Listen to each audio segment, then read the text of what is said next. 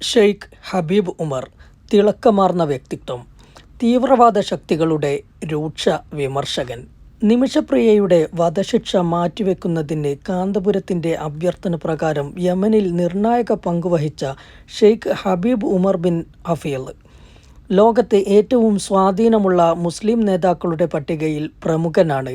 ജോർദാനിലെ royal Islamic strategic study സെൻ്ററും യുഎസിലെ George town യൂണിവേഴ്സിറ്റിയും ചേർന്ന് നടത്തിയ സർവേ പ്രകാരമാണിത്. യമനിലെ പ്രസിദ്ധമായ ഹളറുമൗത്തിലെ തരീമിലാണ് ജനനം. 9-ാം വയസ്സിൽ ഖുർആൻ മനഃപ്പാഠമാക്കി.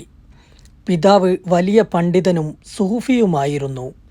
15-ാം വയസ്സിൽ ഇസ്ലാമിക പ്രബോധനവും അധ്യാപനവും ബാഅലവി ത്വരീഖത്തിൻ്റെ പ്രചാരണവും ആരംഭിച്ചു.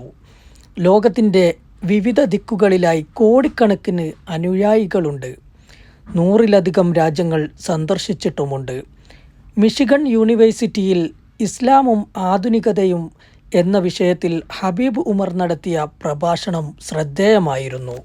ഷെയ്ഖ് ഹബീബ് അലി അൽ ജിഫ്രി, മുഹമ്മദ് അബ്ദുറഹ്മാൻ അസ്സഖാഫ്, ഹബീബ് മുൻസിർ, ഷെയ്ഖ് ഇബ്രാഹിം, ഷെയ്ഖ് അബ്ദുൽ കരീം യഹിയ, ഷെയ്ഖ് യഹിയ റോദസ്, മുസ്അബ് പെൻഫൗണ്ട്, ഉസ്താദ് Faraz Rabbani, Usama Canon, Mustafa Davis തുടങ്ങി ലോക പ്രശസ്ത പണ്ഡിതരും തത്വചിന്തകരും എഴുത്തുകാരും ഉൾപ്പെടുന്നതാണ് അദ്ദേഹത്തിൻ്റെ ശിഷ്യനിര.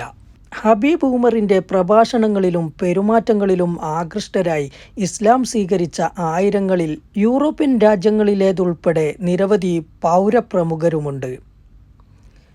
തീവ്രവാദ പ്രവർത്തനങ്ങൾക്കെതിരെ എന്നും ശക്തമായി നിലകൊണ്ട യമനിലെ ആത്മീയ നേതാവാണ് ഷെയ്ഖ് ഹബീബ് ഉമർ. അതുകൊണ്ട് തന്നെ IS, അൽ-ഖ്വാഇദ പോലുള്ള തീവ്ര വിഭാഗങ്ങളിൽ നിന്ന് അദ്ദേഹത്തിന് നിരന്തരം ഭീഷണി നേരിടാറുണ്ട്.